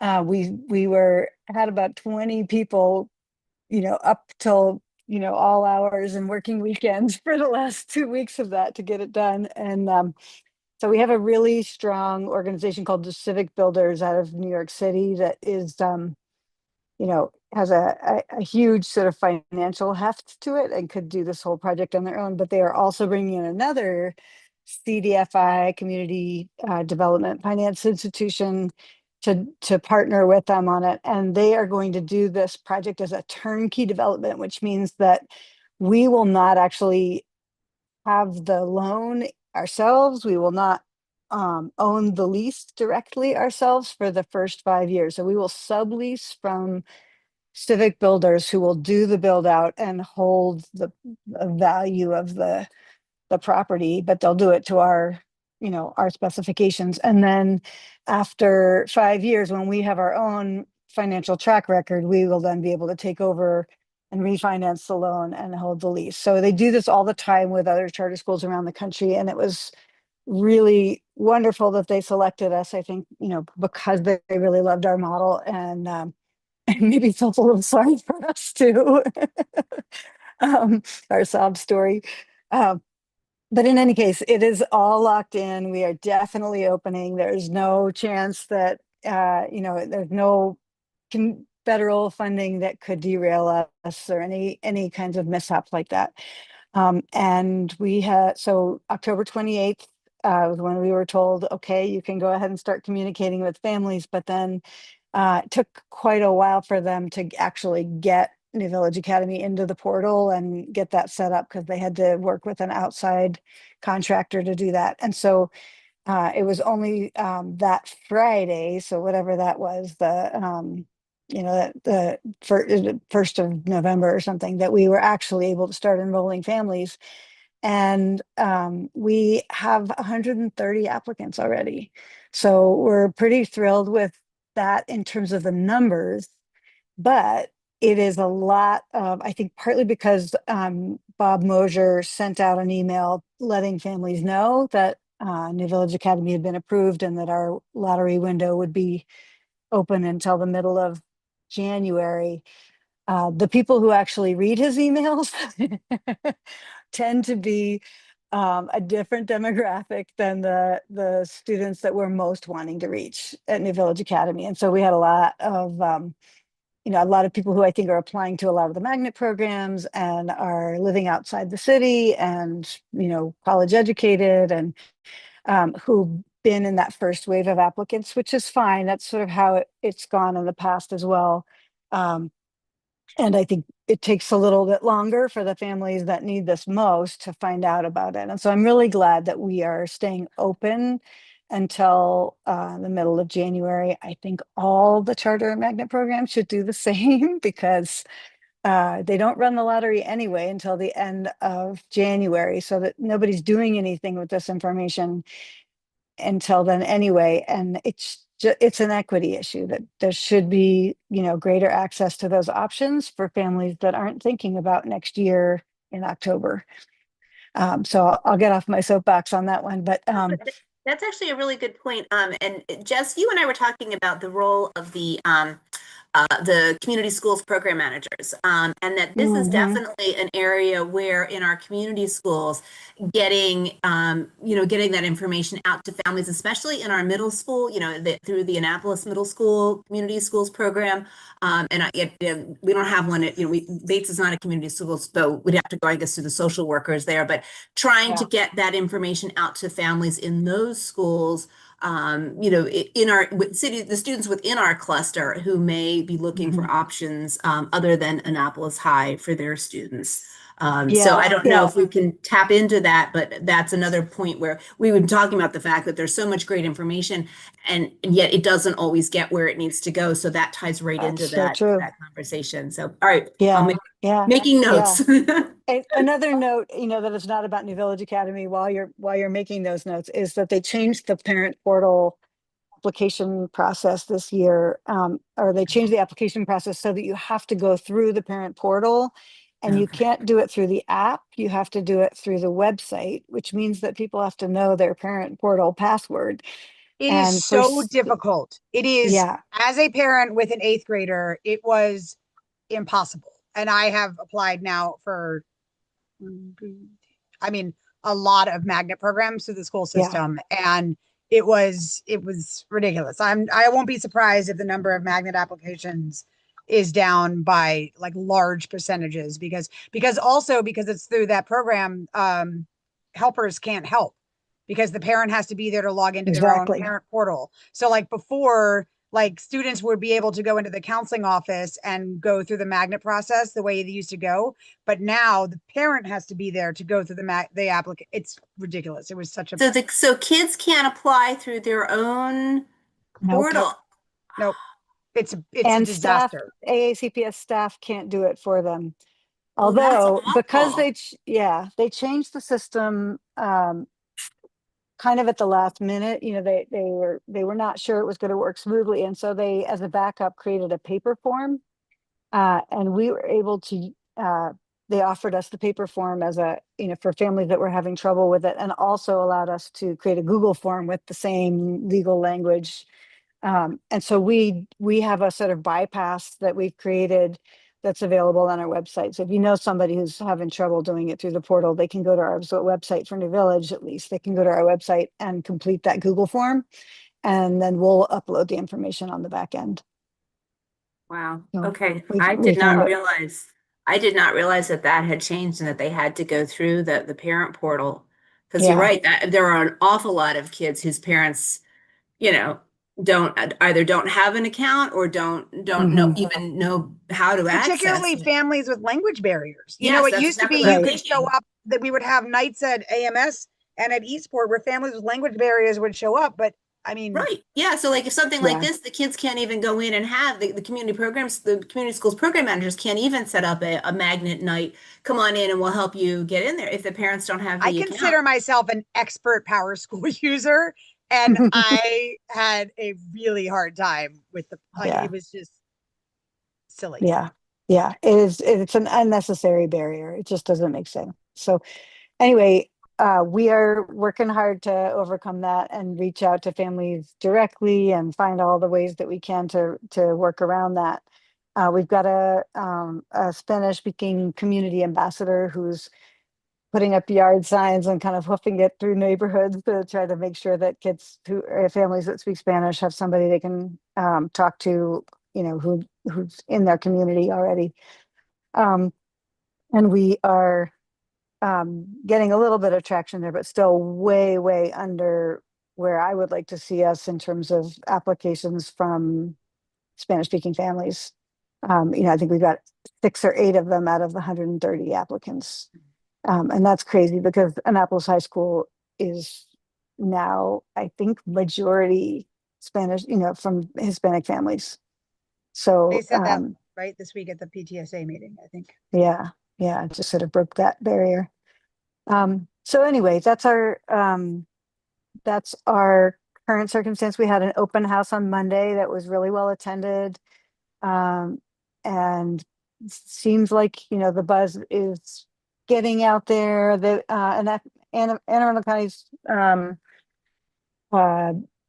community navigators are helping us. And the bilingual facilitators and the Annapolis feeder system have been really helpful. And we are going to be going into Annapolis Middle and Bates and A High to set up a table in the cafeteria during lunch and talk to kids, and then have a meeting where people can come and learn more.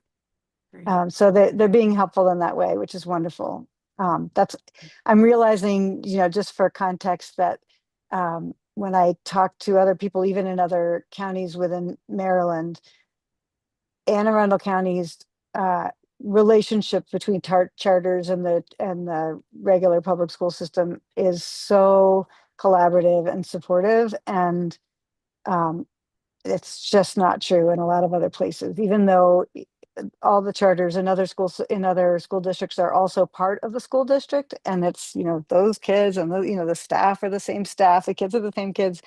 there's a sort of arm's length, like you go figure it out yourselves.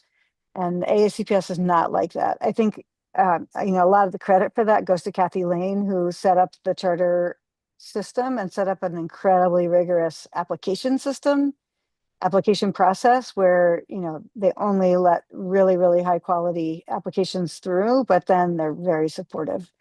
And so I'm really, really grateful for that. Terrific. Yeah. Anybody got questions about we have a groundbreaking ceremony on Tuesday. If anybody would like to come, I think I sent it to, I know I sent it to the email. I don't know if it worked to forward it, but there's an RSVP button on there, and we are trying to RSVP this one so that we can know how many people we have. What time again, Romy? 4 to 6. 4 to 6. Mhm. Can you say the name of the organization again that you're working with? Civic Builders, they're called. Civic Builders. Mhm. And we're still going to be using Whiting Turner. They are not cheap, but they are just so solid and you know, deliver on time and are big enough to, you know, pivot on a dime if they need to make sure things get done. So we're sticking with them. And sorry, can you what is your minimum to open? Well, we will You have open one, or- regardless, but our target is 168 students. That's what our budget number, but we're gonna over enroll a little bit, just knowing that some kids don't show. So we're gonna probably enroll 180. Okay. Which is basically an additional kid in each crew. You know, we have our 14 student crews with the advisory structure. So we'll add enough to have 15 in each crew and figure that we'll on average lose one. Yeah, and then we'll grow to 270 students by the 4th year. Another thing that's a little different, and you may not even have known this, but we were planning initially to do just a phase 1 build out that was about 2/3 of our space. And now we're doing the whole thing all at once. So we will have our full space built out in one go, which is nice. I know originally they were saying that you had said that you had talked with them all about doing some kind of like a healthcare clinic or something that folks could intern, but then the mall said no, but then the ownership changed. Is that back on the table? So the mall was not the ones who said no. They were willing to do it, and they still are. And we have a space, you know, we've carved out 10,000 square feet that we're hoping will become a school-based health center. It was Total Healthcare who, they're a federally qualified health clinic and have 8 other clinics.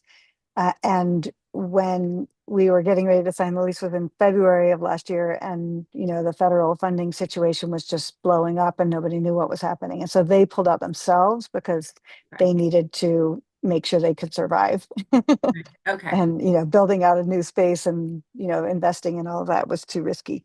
So that was what caused the sort of unraveling of our financing last year, because we had to get it reapproved without them as part of it, which created, you know, then the lender who was financed by the Department of Education and feeling, you know, also terrified about what was happening. Right. They pulled out. So we are planning not to have a school-based health center this year, but we are, now that we are definitely have everything in place, we are going out to healthcare organizations to see if there's interest. Luminous had expressed an interest at one point. Total Healthcare may feel more confident now. I don't know how they're gonna, I think until the Medicare, you know, the Medicaid issue gets resolved, they may not feel like they can afford to. So it may end up being a bigger, more kind of established healthcare organization. But I think somebody will be interested because there's a lot of funding for the operations side of school-based health centers right now. So it's a, you know, something that I think we'll get a bite on it from somebody. Great. Yeah, I thought that Yeah. was such a brilliant idea when I heard that. I thought that works so perfectly, especially with giving students a place to intern so they can kind of, you know, float through there. Absolutely. And But we launch a do healthcare also, career. yeah, we also have a great relationship that we've established with Anne Arundel Medical Center, which is walking distance from the mall. So even if we don't have the school-based health center, we will definitely have the internships and the career work going on. Yeah. Wonderful. And of course the SPCA is there too. So if you have, my son is currently going to a SPCA. veterinary assistant program. So I think that's great. Yep, they are there. Interestingly, Tesla is coming to the mall, which I have kind of mixed feelings about, but it's there's a lot of really interesting opportunities for collaboration there. The public library is fabulous. They've been such a good partner already. And they will be our library. They're gonna, run research training for kids and all of that kind of stuff. So That's great. That's Jess, I see you have a hand up. I don't know if that's Yep. No, I do have a question. I know there has been a lot of conversation. We haven't talked about it so much here, but just out in the public, in the wild, about the sports side of and the activity side of the school. And some kids who might be interested in attending New Village might not apply because they want to play football or they want to play field hockey or whatever, basketball, Yep. whatever it is. Have there been any further discussions on whether, I know in a lot of other places around the country that is a possibility. If you attend a charter school, you can still play for your districted school. Has that conversation ongoing, or where are we with that? I've gotten a very hard no on that.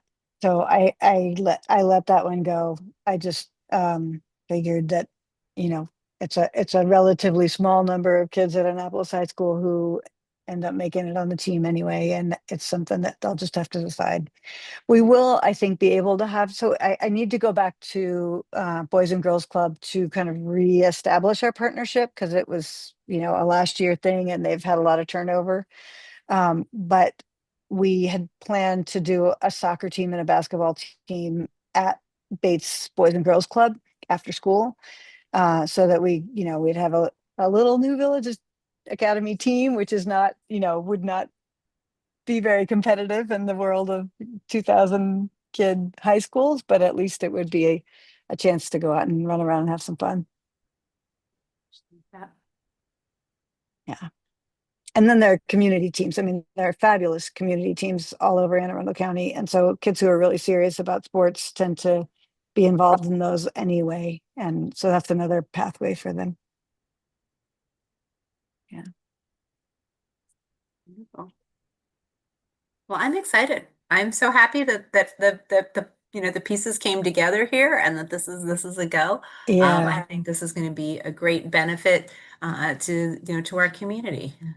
Yeah, thank you so much. I think the appetite for this model is just growing by leaps and bounds. Even since we, wrote our charter, there's so much talk now nationally about youth disengagement in school. There's a new book. I don't know if you all have heard of The Disengaged Teen, which is a wonderful parent it's very parent friendly, and sort of how do you help your student who maybe isn't as excited about school get excited again. I highly recommend it, but that's been really a popular book. And then there's just so much work around, the blueprint, but also tons of organizations that are really working on creative ways to get students out of the classroom and into the community to learn, especially career learning, but all kinds of learning. And so we've been able to really kind of be a player in that. And I think once we're open, we're going to get a lot of attention on a national level because of the combination of structures that we have. So Annapolis will be swarming with national education organizations wanting to fund us. That's my plan. May you have an embarrassment of riches. Yes, hopefully. Yeah. All right. Well, thank you guys so much for letting me pop in, and I'll periodically come by and report back how things are going and keep getting the word out. If you come to the groundbreaking, I have gazillion brochures and a bunch of stands. So if you happen to have a workplace or go to places where somebody could stash some brochures, I'll have that set up for you. All right. Yeah. Wonderful. Thanks so much. Thank Awesome. you. Bye, everybody. Groundbreaking. All right. I'm going to jump. All right. Nope. All right, so that puts us back. Oh, Jess, you have did you want to propose a motion? Sorry, you said you sent me something. Let me. For redistricting, do we still have a quorum? 1, 2, 3, 4, 5, 6, 7. We barely have a quorum. All right. Let me.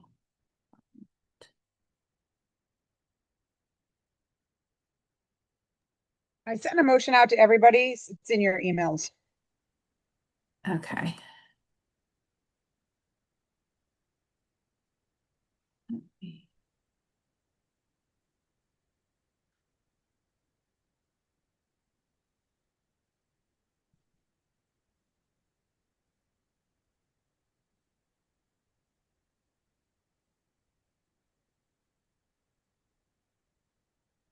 Okay.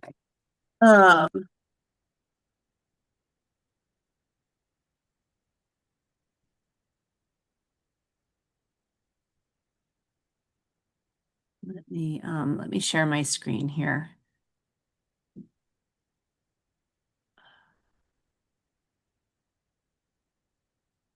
right, so this is the motion that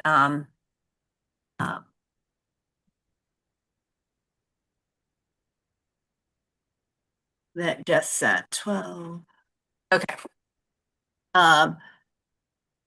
Given that AACPS is simultaneously development of given that AACPS is simultaneously awaiting the development of a new 10-year strategic facilities utilization master plan, and the Board of Education will present it with the final report in December of 2025. And given that the Annapolis cluster has seen market changes in many areas since the 2015 MGT study, and given that it would seem to be prudent to receive the results of this plan with updated anticipated SRC numbers and renovation plans first, as was represented to the public by AACPS, and given that moving forward with redistricting without the benefit of the information from the new plan will lead to more disruption of educational access for affected students, and given that the enrollment numbers for all schools in the school system will not be finalized until December, and given that those numbers are vastly different from the ones that were introduced in the spring, we ask that the Board of Education delay any redistricting until such information is received, has been incorporated into any plans, and has been made available for public review and comments. Okay, that is one massively humongous sentence, Jess. Can we? I went into my legalese brain. Sorry. But could we perhaps simplify somewhat? At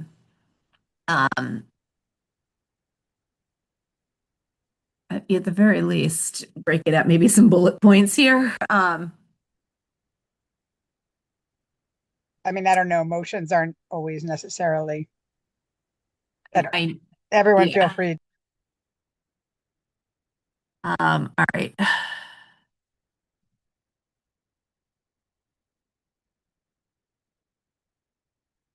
How about we just say that, like, I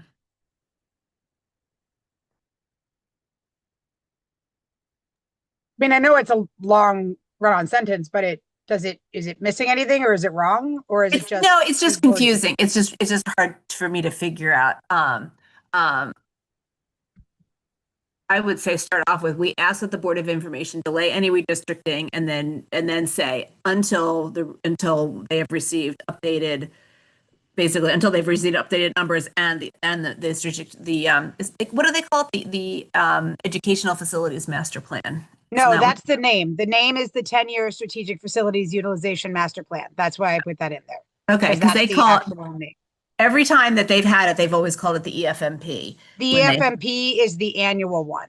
The 10-year one is the strategic facilities utilization master plan. All right, thank you.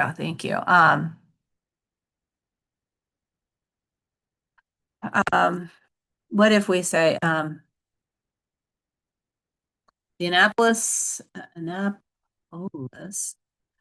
Education Commission requests that the Board of Education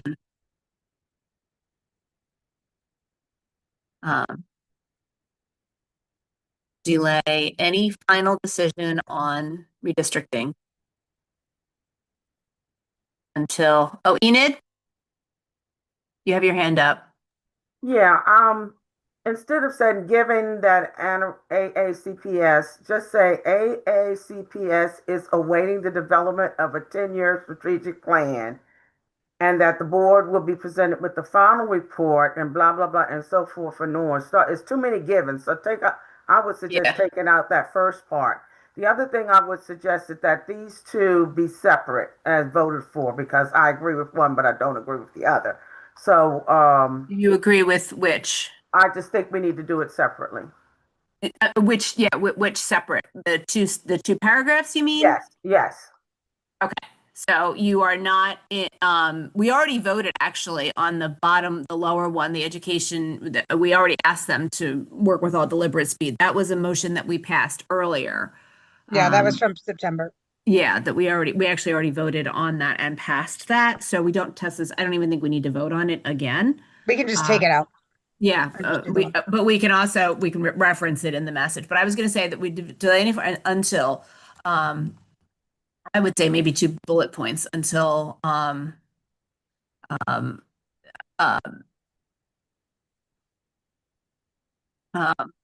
the Board of Education receives the final.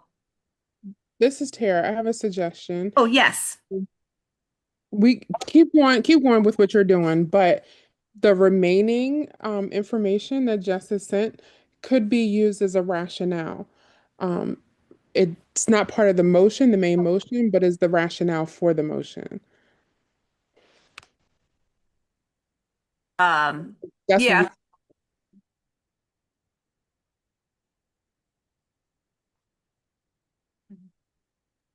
Yeah, that could be done, Tara. So it could just say the Annapolis Education requests the Board of Education delay any final redistricting until the Board of Education receives the new 10-year sheet and the updated school. No, don't.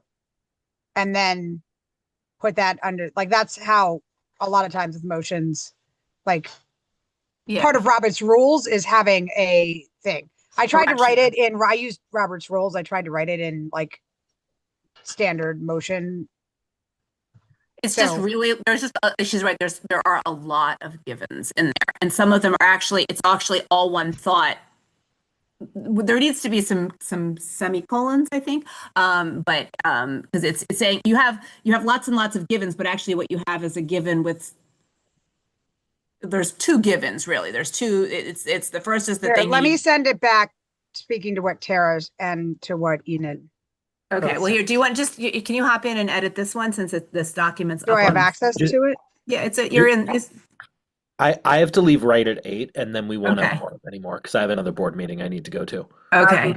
I have to leave also at 8, so that's why I was trying to, make it. Okay. So what do you want to? Do you want to move this, Jess? I'm trying to open it. Yeah, it's motion on redistricting. It's in the Education Commission meetings and meetings folder, and then there's one on for motions. Yeah.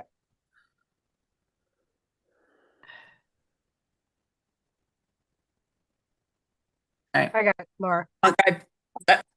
I will get off.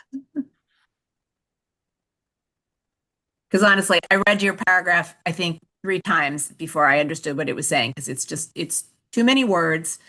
And it's one of the longest, I mean. Would you put up the rest of the agendas while she does that? I don't think we all have to sit around and watch her do it. We can. Right. Right. Well, the rest of the agenda is here. I just dropped the agenda. Was basically new business, community announcements, and then adjournment. So does anybody, while Jess is doing that, did anybody have any new business to bring up? Now, Laura, I mentioned bringing someone from the city council to talk about the budget process in December. And yes. Folks seemed to, I didn't hear any objections, and I heard some folks say they thought it was a good idea. I think that sounds like a great idea. I'm sorry, I missed that part of the meeting, but yes, I think that's an excellent. So, so we'll have city council, RE budget. My only question about that, I didn't get a chance to, because I was doing something, what is that, since we're talking about a lame duck or a brand new city, I don't know when the thing Yeah, when do is. they get sworn in? I think they get sworn in a few. They get sworn in sometime in December. Yeah, December. But we'd, you know, December 1st, everyone. Yeah. December Or 1st, okay. The idea was to bring in Harry Huntley, who was the council budget chair last time and looks likely to be the budget chair this time since he was just reelected.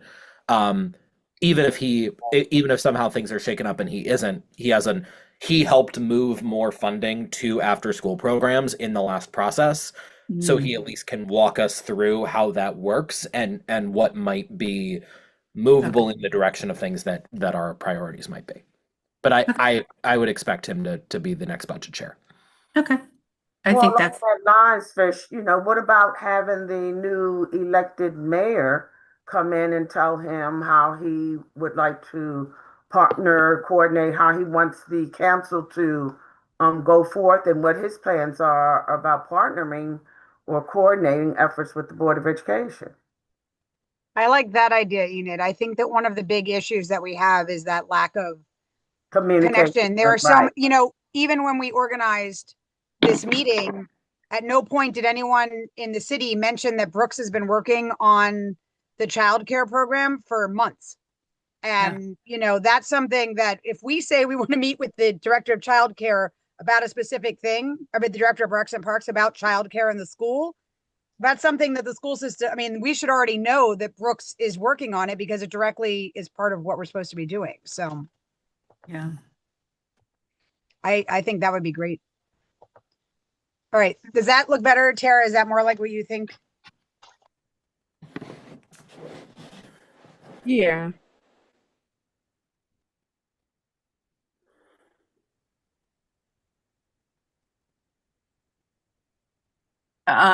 we're just repeating that in the next sentence then? No, it's not in there. Okay, so are you just the top sentence? Or no, what's this is the whole motion. Like this is the Right. motion. And then this is the explanation, which is typical in motions to do that. Okay, but you're saying receives the new plan and finalized enrollment figures have been received. So what you really want to say is receives the new 10-year strategic facilities utilization master plan and the updated and finalized enrollment figures Have been received. Yeah, see, it doesn't make sense as a sentence. So period. We delay redistricting until they receive this information and that. Okay, you can just delete this. Yeah. Okay.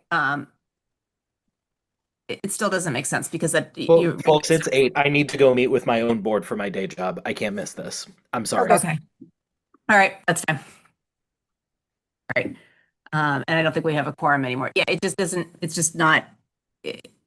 Until they receive the information, until the board receives the information, incorporates this information into the plans and makes the information available, basically, because we're saying they need to receive it, incorporate it, and make it available. Right. I think that's what I'm not understanding what you're not has received. Okay. Received. You said it said receives and then that's because I was the it just when is the final vote on the redistricting? Do you know? We don't know yet. They are saying they want to do it this month. That for some reason they've been stuck on that they have to do it by the end of November, even though there's not really any. There is no real deadline. It's just that they've said that they want to do it by even though they have all this stuff that's coming in December, they keep saying that no, we have to vote on this in November, and that's I just keep. Why? And no one's actually given me an answer. I keep asking why aren't we waiting until we have the best data so that we can make the best decision? And Erica McFarland at the last meeting said that why are we moving kids? They're talking about the Arundel cluster, but why are they moving kids around when it's quite likely that over time their redistricting, their overcrowding issues will be resolved? If the trend is downward as they've been seeing, then the reasons that they're redistricting will actually go away in a couple of years. But there doesn't seem to be a lot of traction for that. And I don't really understand it. Well, we don't have enough to vote at this point. So I think So I'm sorry, but I've got to go. I promise. You've got to go too. Thank you, Okay. Enid. All right, Appreciate thank you. Bye-bye. And tell her that Napa, she removed vote. She has that the Board of Education delay any final on. She forgot that she took something out Okay. there. Okay, any final vote? Okay. All right. Thank you. All right. Okay. We will stop that. All right, folks. We don't have a quorum anymore, so I think we are just going. Does anybody have any community announcements or anything? Nobody sent me anything. So does anybody have anything else that they want to share? Jess, did you have anything from any of your schools? Dragon like- Night is on Friday night at Annapolis Middle School, but so is I need a teenager. So is the second round of the playoffs, and Annapolis High School is playing Broadneck at home, I think. Oh, is that it? Okay.